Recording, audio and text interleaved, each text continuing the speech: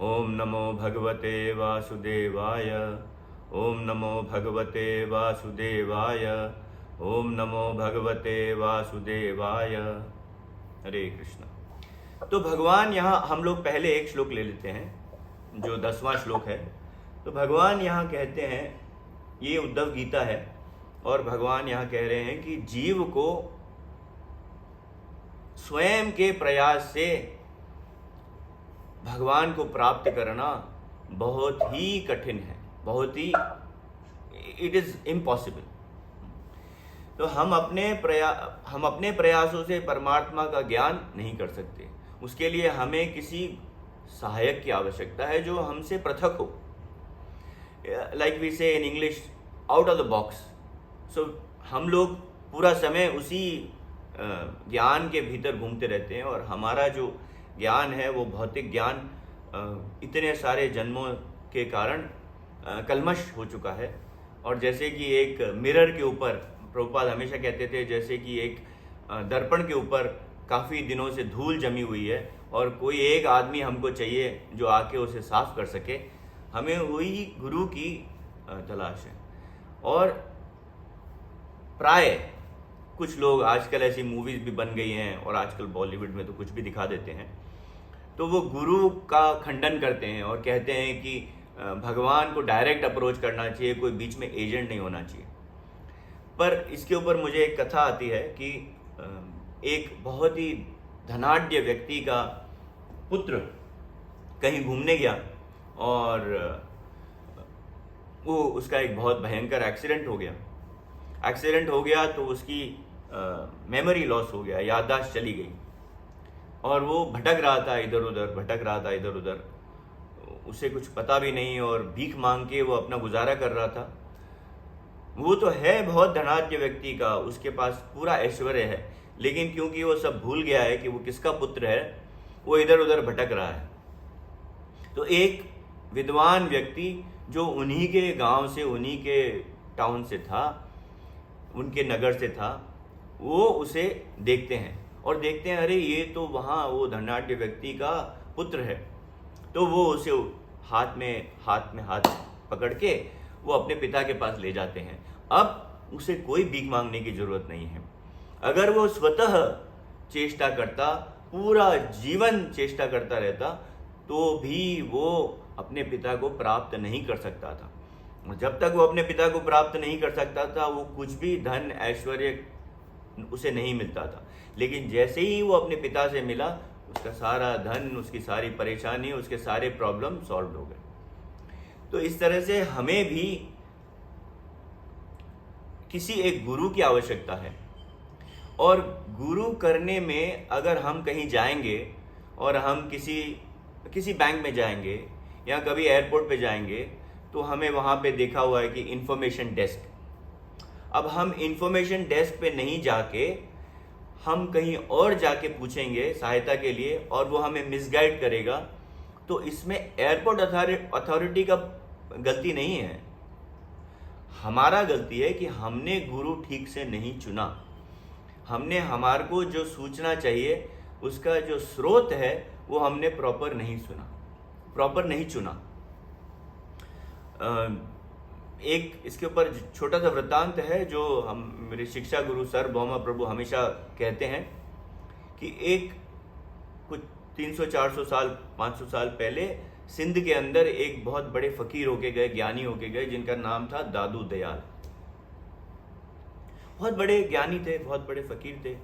तो वहाँ का जो शहर का जो कोतवाल था, जो हेड ऑफ द पुलिस था, वो थोड़ा आध्यात्मिक था, और उसे किसी ने बताया कि गुरु तुम्हें करना है तो दादू दयाल से बेहतर कोई और गुरु नहीं मिलेगा। तो वो ढूंढने निकले दादू दयाल को। कहीं एक किसी ने बताया आप आगे जाइए, इस गांव में मिलेंगे। फिर दूसरे आदमी से पूछा, उन्होंने बोला आगे कहीं मिलेंगे। ऐसा 3-4 लोगों से उसने पूछा और आगे गया तो देखा कि एक कच्चे रास्ते पर एक व्यक्ति फकीर, बहुत फटे पुराने कपड़े पहने हुए, बाल बिखरे हुए और बहुत ही गंदा सा, वहाँ पे वो रास्ते के ऊपर जो पत्थर पड़े रहते हैं वो उठा के और साइड में कर रहा है, जैसे किसी राहगीर को नहीं लग जाए। तो कोतवाल जब वहाँ से निकले तो उन्होंने पूछा, अरे भैया तुम दादू दयाल का पता बताओगे? अरे उसका पता कौन? वो पागल दादू दयाल। अब कोतवाल दादू दयाल को गुरु बनाना चाहता है, और ये महाशय जो फटे पुराने कपड़ों में है, जो दिखने में भी सही नहीं है, कोई भिखारी की तरह लग रहा है और धूल से सने हुए कपड़े हैं, वो उनके गुरु को गाली दे रहा है। तो कोतवाल को बड़ा गुस्सा आया। कोतवाल तो घोड़े के ऊपर था, उसने एक लात जमा दी दादू दयाल को। दादू दयाल दूर जाके गिरे, उन्हें खून भी निकला, क्योंकि कोतवाल का शू भी बहुत हार्ड होता है। तो आगे निकले एक दूसरे आदमी से पूछा कि दादू दयाल कहाँ मिलेंगे? अरे उसने बोला, मैं अभी तो देखा पीछे वो कच्चे रास्ते पे पत्थर उठा रहे थे, जैसे राहगीर को नहीं लगे। ओहो, बड़ा मिस्टेक हो गया। कोतवाल ने रियलाइज किया।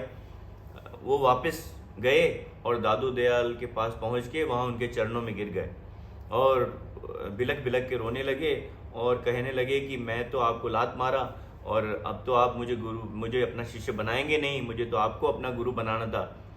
तो दादू दयाल ने कहा, भाई हम मटका लेने जाते हैं तो भी ठोक बजा के लेते हैं, तुम तो गुरु बनाने निकले हो तो थोड़ा ठोको बजाओगे तो सही। तो इस तरह से हम देखते हैं कि जो गुरु होता है वो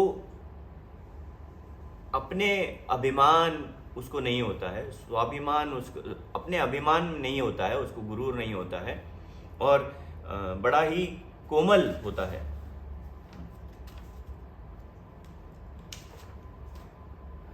और आज आप सभी भक्तों को अनेक अनेक शुभकामनाएं। आज गुरु पूर्णिमा है, श्रील व्यासदेव, और किस तरह से ये टॉपिक भी गुरु का इसी दिन निकलना था, ये श्लोक भी इसी दिन आना था। ये कोई भगवान का न्याय होगा, भगवान का अरेंजमेंट होगा।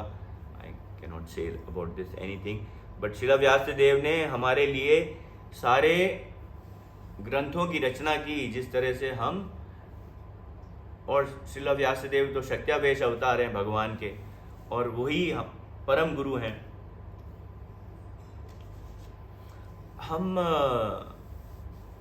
शास्त्रों में देखेंगे कि गुरु के बारे में और इस कथन के बारे में, इस श्लोक के बारे में कहाँ से हम थोड़े रेफरेंस ले सकते हैं।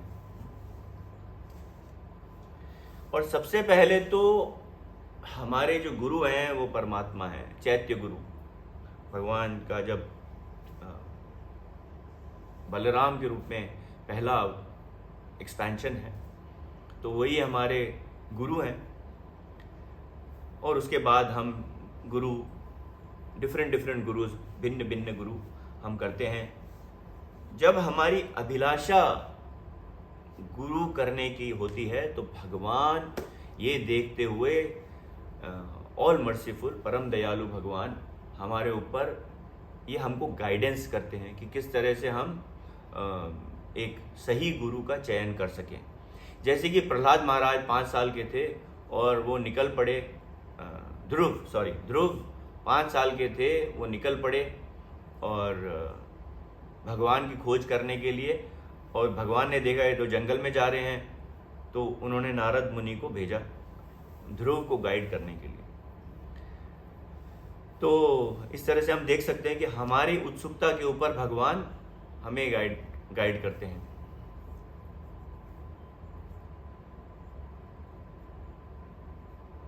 Can I have some shlokas, Prabhu, which I told you? Some of the shlokas. Can you display those shlokas? Hare Krishna, Subhash Prabhu.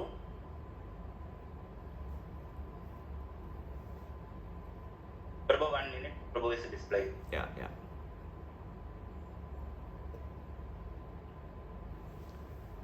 Can you enlarge this? Sorry. Okay, I am sorry. So Chaitanya Mahaprabhu का भी कथन है कि गोपी भक्तो पद कमलो दास दासानु दासनम। हमें कोई अभिलाषा नहीं करनी चाहिए कि हम भगवान के दास बने। जो भगवान के दास के दास के दास के दास हैं, उनके हम दास बनेंगे तो भगवान उससे बड़े प्रसन्न होते हैं। और इस भगवत गीता में एक श्लोक है 4:2, भगवान भी इसका पुष्टि करते हैं कि एवं परंपरा प्राप्तम, परंपरा के थ्रू अर्जुन तुम ज्ञान प्राप्त कर सकते हो। इस पे श्री नरोत्तम दास ठाकुर जी ने भी एक कथन है, तांडेर चरण सेवी भक्त सने वास जन्म जन्म है यही अभिलाषा। हमें भगवान, नरोत्तम दास ठाकुर कहते हैं कि मुझे भगवान के भक्तों के पद कमलों की सेवा करने दीजिए भगवान, और मुझे भक्तों के साथ रहने दीजिए। मैं हमेशा यही अभिलाषा करूं कि मैं भगवान के भक्तों का नौकर बनूं। जन्म जन्म जन्मे जन्मे यही अभिलाषा कि भगवान के भक्तों का मैं नौकर बनूं। तो हम हमारे गुरुओं से, हम हमारे परंपरा से ये ज्ञान प्राप्त कर सकते हैं। फिर नरोत्तम दास ठाकुर का एक और कथन है, कृष्ण से तोमार कृष्णा दिते पारा। कृष्ण जो हैं वो अपने भक्तों का खजाना है, भक्तों का प्रॉपर्टी है। तो उनके भक्तों के बगैर उस खजाने को अनलॉक करने के लिए हमारे पास वो कोई कुंजी नहीं है। श्रीमद् भागवतम में 11th canto 19th chapter 21st श्लोक, 11वां स्कंद 19वां अध्याय 21वां श्लोक, भगवान कहते हैं कि मेरे भक्तों की सेवा करना ज़्यादा बेहतर है रादर देन मेरी सेवा करने से। भगवान उससे ज़्यादा प्रसन्न होते हैं। फिर भगवत गीता का एक 10वें अध्याय का एक श्लोक है, 9वां श्लोक, कि मेरे भक्तों का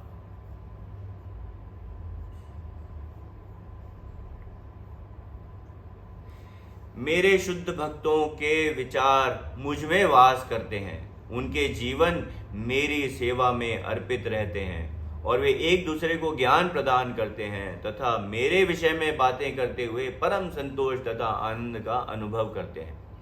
तो हम देख सकते हैं कि इतने सारे उदाहरण हमारे सामने हैं, हमारे समक्ष हैं।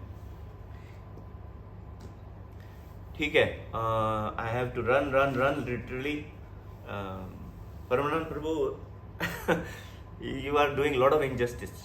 ठीक है, हम दूसरे श्लोक के ऊपर आगे बढ़ते हैं। अचिंत्य भेदाभेद तत्व। अब जिस तरह से कि ये अध्याय चल रहा है वहाँ पे हमें बताया गया है कि कितने तत्व होते हैं, और 24 तत्व कोई कहते हैं 25 तत्व, और कोई कहते हैं 26 तत्व। तो हम इसके जरा ब्रेक डाउन कर लेते हैं। 5 भौतिक तत्व, वो सब आपको पता है, earth water air fire ether. 5 कर्मेंद्रियां और 5 ज्ञानेंद्रियां, ये हो गए 15, और 5 स्थूल इंद्रियां, ये हो गया हमें मिलाकर 20। अब 3 सूक्ष्म तत्व हैं, मन, बुद्धि और अहंकार, ये हो गए 23। अब यहाँ पे 24वां तत्व जो है, जो हमारे इस अध्याय से हम निष्कर्ष निकालते हैं और भगवान कहते हैं, वह है चित्त, द पोल्यूटेड कॉन्शियसनेस, प्रदूषित चेतना जो हमारी है, वो है 24वां तत्व। अब यहाँ तक काफ़ी लोग सिमिलर, हमारा जो वैष्णव संप्रदाय है और मायावादी जितने भी हैं, और चारवाक के बारे में आपने सुना होगा कि यही शरीर है, इसी शरीर से आप एंजॉय कीजिए और आगे कुछ जीवन है ही नहीं।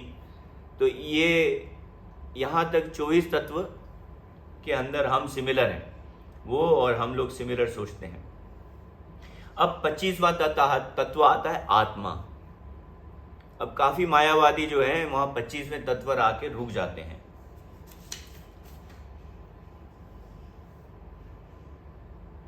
उनके लिए आत्मा और परमात्मा सब एक है। परमात्मा को कोई, हम खुद ही, हमें किसी ने एक बार बताया था, और मेरे को मेरे एक फ्रेंड ने बोला मेडिटेशन के लिए चलिए, बहुत अच्छे कोई गुरु आए हैं ऋषिकेश। तो यहाँ पे हम दुबई में एक हॉलीडे इन क्राउन प्लाजा के बाजू में नज़दीक में, वहाँ पे हम चले गए। और वहाँ पे वो महाशय कह रहे थे कि आप सब भगवान हैं और we are, he told us that he is how he is twisting, किस तरह से वो ट्विस्ट करते हैं वैदिक कथन को. We are all spiritual being going through a physical experience. True, correct. हम भी आध्यात्मिक हैं और भगवान भी आध्यात्मिक है, पर वहाँ पे आके डिफरेंस बस उतना ही समानता है कि हम गुणात्मक दृष्टि से भगवान के समान हैं, लेकिन quantitatively we cannot be equal with the lord. हम भगवान की बराबरी कर ही नहीं सकते. इसका बहुत अच्छा उदाहरण है समुद्र और समुद्र की एक बूंद. समुद्र की बूंद का टेस्ट भी समुद्र की तरह है, खारा है और असर है, लेकिन समुद्र के अंदर बहुत सारे रत्न है, भंडार है और समुद्र विशाल है, अनंत है. इस तरह की गंगा जल का दूसरा उदाहरण हम ले सकते हैं. गंगा जल की बूंद भी वही काम करेगी जो गंगा जल काम करेगा.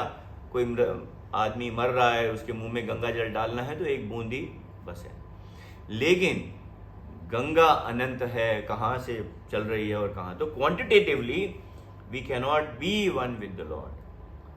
तो यहाँ पर आके हम लोग वैष्णव संप्रदाय 26वां तत्व जो चैतन्य महाप्रभु कहते हैं कि हम गुणात्मक दृष्टि से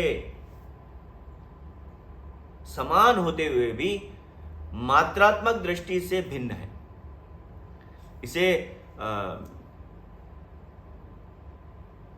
इसे अचिंत्य भेदाभेद चैतन्य महाप्रभु ने कहा है. और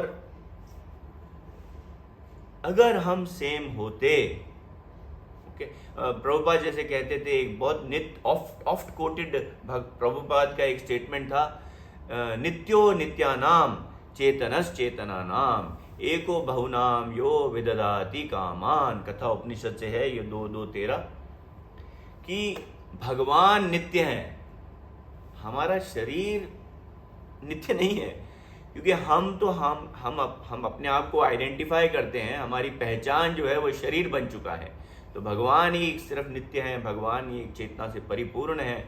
और यही जानते हुए हम अगर भगवान की सेवा में संलग्न रहेंगे तो ही हमारे भौतिक जीवन का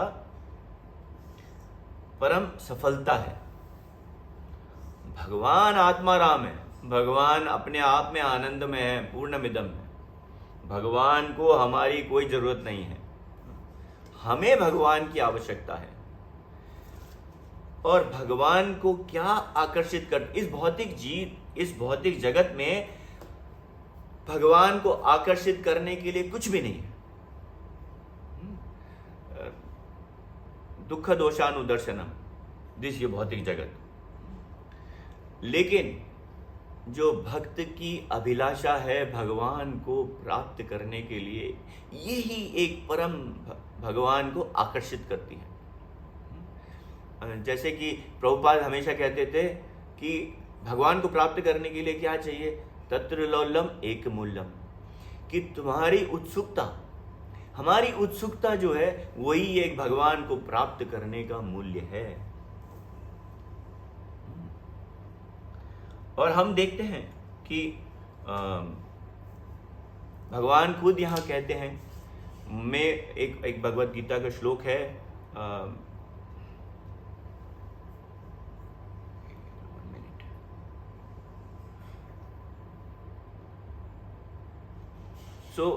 एक भगवत गीता का श्लोक है, ममे वांश जीव लोके, कि भगवान कहते हैं ये जीव जो हैं मेरे अंश हैं.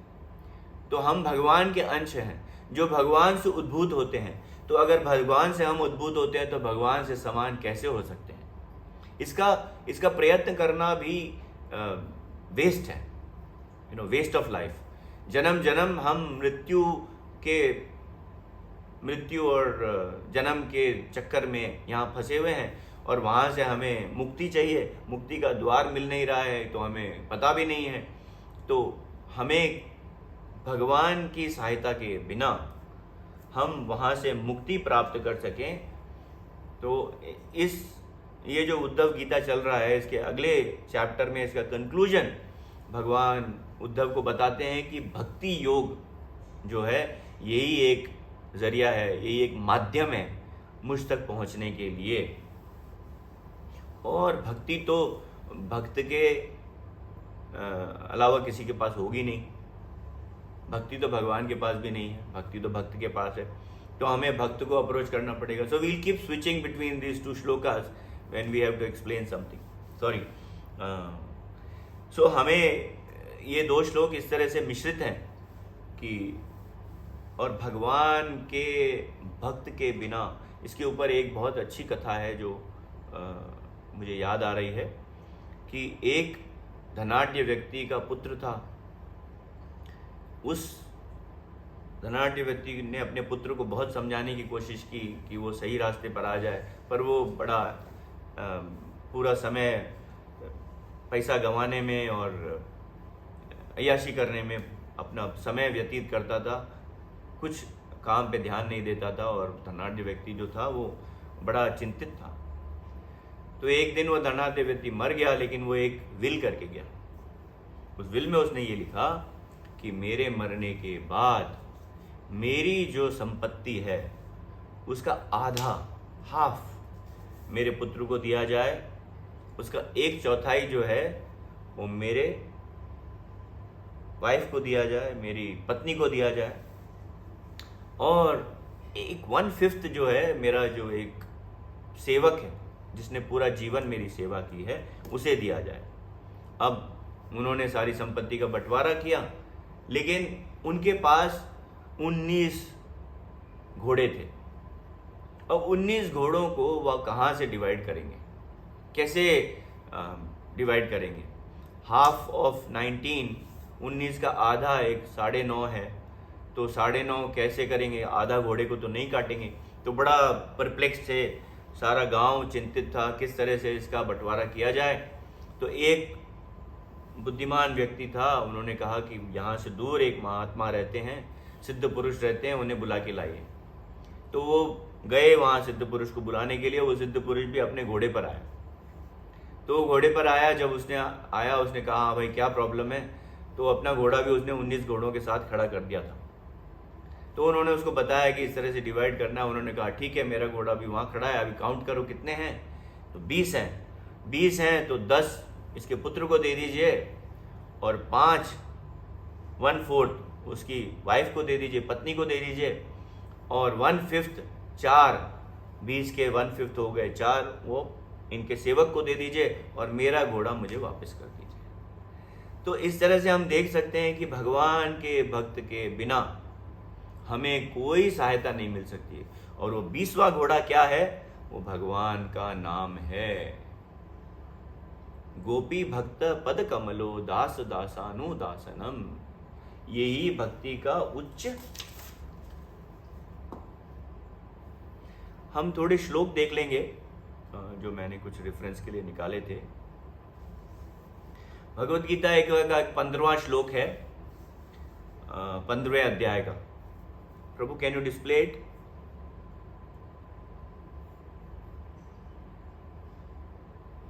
थोड़ा ऊपर करेंगे प्रभु।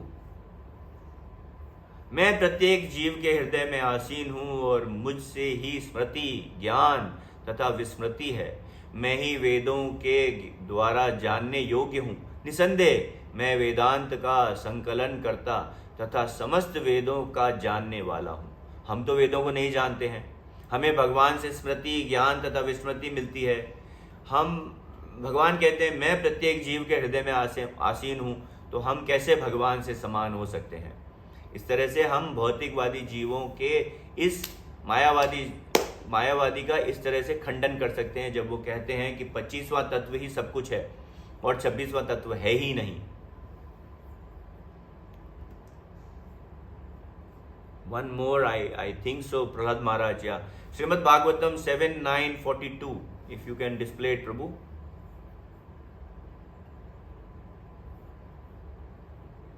हे परमेश्वर, हे समग्र जगत के आदि आध्यात्मिक गुरु, आप ब्रह्मांड के कार्यों के प्रबंधक हैं। अतएव आपकी सेवा में लगे हुए पतित आत्माओं का उद्धार करने में आपको कौन सी कठिनाई है? आप सभी दुखी मानवता के मित्र हैं और महापुरुषों के लिए मूर्खों पर दया दिखलाना आवश्यक है।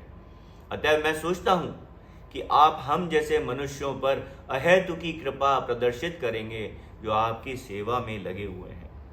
तो प्रहलाद महाराज अपने को मूर्ख कह रहे हैं और हम तो परम मूर्ख हैं। मैं अपने लिए कह रहा हूँ, आप सब भक्तों के लिए नहीं, कि हम तो बहुत ही परम मूर्ख हैं। तो हमें बिना गुरु की सहायता के भगवान को समझ पाना बड़ा कठिन है, बड़ा कठिन है। एक इंग्लिश में एक वाक्य है, मैं उसको हिंदी में भी कहूँगा, लेकिन I will say that in English. So इसका निष्कर्ष ये है इस अचिंत्य भेदा भेद और इन दोनों अध्यायों श्लोकों का, कि the entire thrust of Vedic culture is that this life of any living entity is not for your customised happiness, it is for your customised suffering. However, the constant endeavor of the conditioned material entity is to flip this statement. मैं हिंदी में कहूँगा, वैदिक संस्कृति का पूरा जोर इस बात पर है कि किसी भी जीवित इकाई का यह जीवन आपके अनुकूलित सुख के लिए नहीं, बल्कि आपके अनुकूलित दुख के लिए है। हालांकि बद्ध जीव का निरंतर प्रयास इस कथन को उलटने का है। ये जीवन, ये भौतिक शरीर में वैदिक संस्कृति, वैदिक साहित्य ये कहता है कि यहाँ पे दुख ही दुख है और हम यहाँ पर सुखी सुख खोज रहे हैं, कि हमसे बड़ा मूर्ख और कौन हो सकता है। कि हमारा ध्येय क्या होना चाहिए?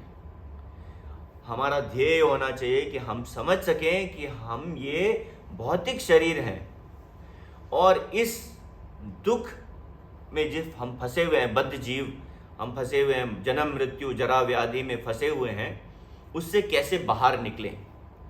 और उसका बड़ा सिंपल है, हाँ बड़ा सिंपल है। कि जब लोग बोलते थे कि इतना सिंपल है क्या गोइंग बैक टू गॉडेड, जब चैतन्य महाप्रभु कहते थे कि कीर्तन करिए, डांस करिए, प्रसाद खाइए और go back to Godhead. If simply we can catch hold of the lotus feet of the devotees of the lord, we can get out of the suffering. हम सिर्फ भगवान के सेवकों के पद कमल जो हैं, चरण कमल जो हैं, उनको पकड़ लें तो हम इस पीड़ा से बाहर आ सकते हैं। जैसे कि प्रभुपाद हमेशा कहते थे कि I will take back all my devotees, all my disciples with me back to Godhead. Oft repeated Chaitanya Mahaprabhu भी कहते थे, जीवेरे स्वरूप होवे कृष्णेरे नित्यदास। अगर हम यही कथन समझ जाएं कि हम भगवान के नित्य दास हैं, तो हमारे जीवन की सफलता है।